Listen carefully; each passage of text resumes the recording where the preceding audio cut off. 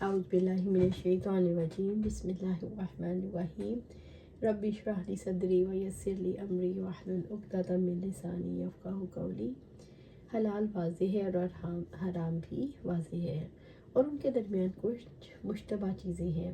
نعمان بن بشیر رضی اللہ تعالیٰ عنہ سے روایت ہے، انہوں نے کہا کہ نبی صلی اللہ علیہ وآلہ وسلم نے فرمایا، حلال ظاہر ہے اور حرام بھی ظاہر ہے، ان کے درمیان کچھ مشتبہ چیزیں ہیں۔ جس شخص نے اس چیز کو ترک کر دیا جس میں گناہ کا شبہ ہو تو وہ اس چیز کو بدرجہ اولیٰ چھوڑ دے گا جس کا گناہ ہونا ظاہر ہو، اور جس نے شبہ کی چیز پر جرأت کی تو جلد ہی ایسی بات میں مبتلا ہو سکتا ہے جس کا گناہ ہونا ظاہر ہے۔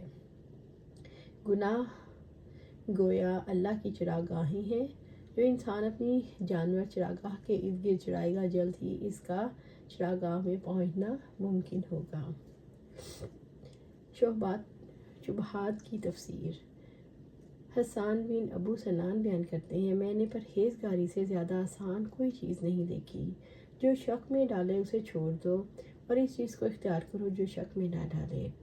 حضرت عقبہ بن حارث رضی اللہ تعالیٰ عنہ سے روایت ہے کہ ایک سیاہ فام عورت آئی اور کہنے لگی، میں نے تم دونوں میاں بیوی کو دودھ پلایا ہے۔ اس نے نبی صلی اللہ علیہ وسلم سے ذکر کیا تو آپ نے اس سے منہ پھیر لیا اور مسکراتے ہوئے فرمایا، تم اس عورت کو بطور بیوی کیسے رکھ سکتے ہو جبکہ تمہارے بارے میں ایسا کہا گیا ہے۔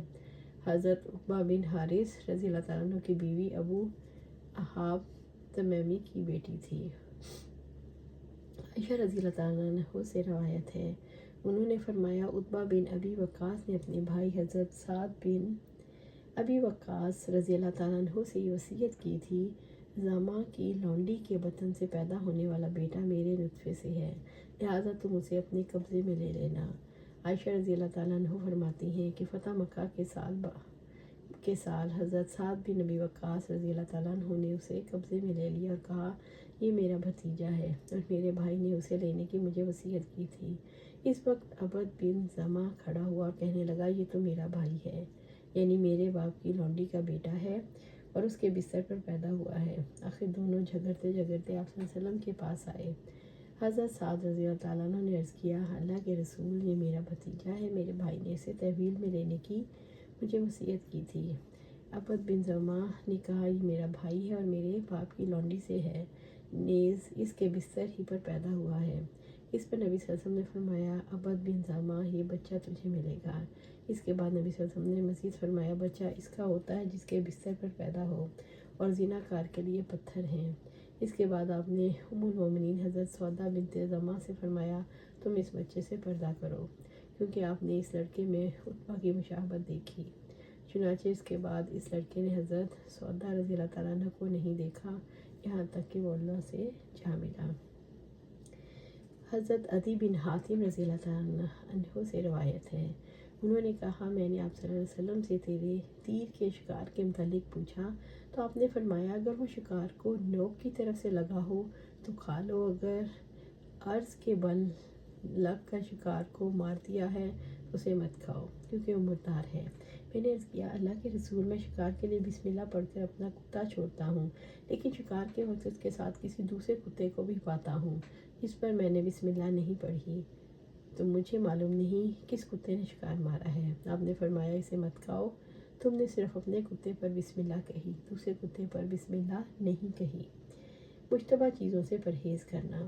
انس رضی اللہ تعالیٰ عنہ سے روایت ہے، انہوں نے کہا، نبی صلی اللہ علیہ وسلم ایک گری ہوئی کھجور کے پاس سے گزرے تو فرمایا، اگر یہ کھجور صدقے کی نہ ہوتی تو میں اسے کھا لیتا۔ امام نے حضرت ابو ہریرہ رضی اللہ تعالیٰ عنہ سے انہوں نے نبی صلی اللہ علیہ وآلہ وسلم سے بیان کیا، آپ نے فرمایا، میں اپنے بستر پر گری ہوئی کھجور پاتا ہوں۔ مسند امام احمد میں ہے کہ آپ صلی اللہ علیہ وسلم ایک رات سخت قلق اور پریشانی میں بیدار رہے۔ دریافت کرنے پر معلوم ہوا کہ آپ نے ایک گری پڑی کھجور کو کھا لیا تھا۔ اس کے بعد یاد آیا، گھر میں صدقہ کی کھجوریں بھی تھیں جنہیں غربا میں تقسیم کرنا تھا، اس لیے آپ کو پریشانی ہوئی۔ اس کھجور کے متعلق یقین نہ تھا، یعنی صدقے کی کھجوروں سے تھی یا گھر کے استعمال کے لیے رکھی ہوئی کھجوروں میں سے تھی۔ جس نے وسوسہ وغیرہ کو مشتبہ امر خیال نہ کیا۔ عباد بن تمیم رضی اللہ تعالیٰ عنہ اپنی چچا سے روایت کرتے ہیں، انہوں نے کہا، نبی صلی اللہ علیہ وسلم سے ایک شخص کے متعلق شکایت کی گئی کہ وہ نماز میں کوئی چیز محسوس کرتا ہے، کیا وہ نماز توڑتے ہیں؟ آپ صلی اللہ علیہ وسلم نے فرمایا نہ توڑے یہاں تک کہ وہ آواز سنے یا بو پائے۔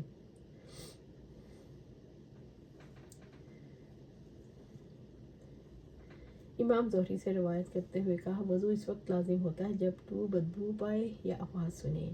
وسوسہ یہ ہے کہ بلا وجہ ہر چیز کو شک و شبہ کی نظر سے دیکھنا، مثلاً ایک شخص سے مال خریدا، خواہ مخواہ اس کے حرام ہونے کا گمان کرنا، اس قسم کا وسوسہ اندازی یا وسوسہ کی پیروی جائز نہیں۔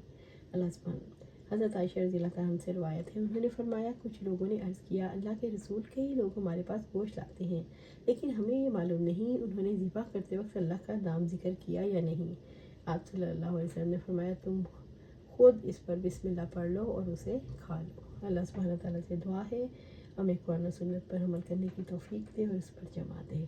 اللہ سبحانہ تعالیٰ جنت الفردوس میں اعلیٰ مقام پر ہمیں اپنے پاس گھر عطا فرمائے، آمین۔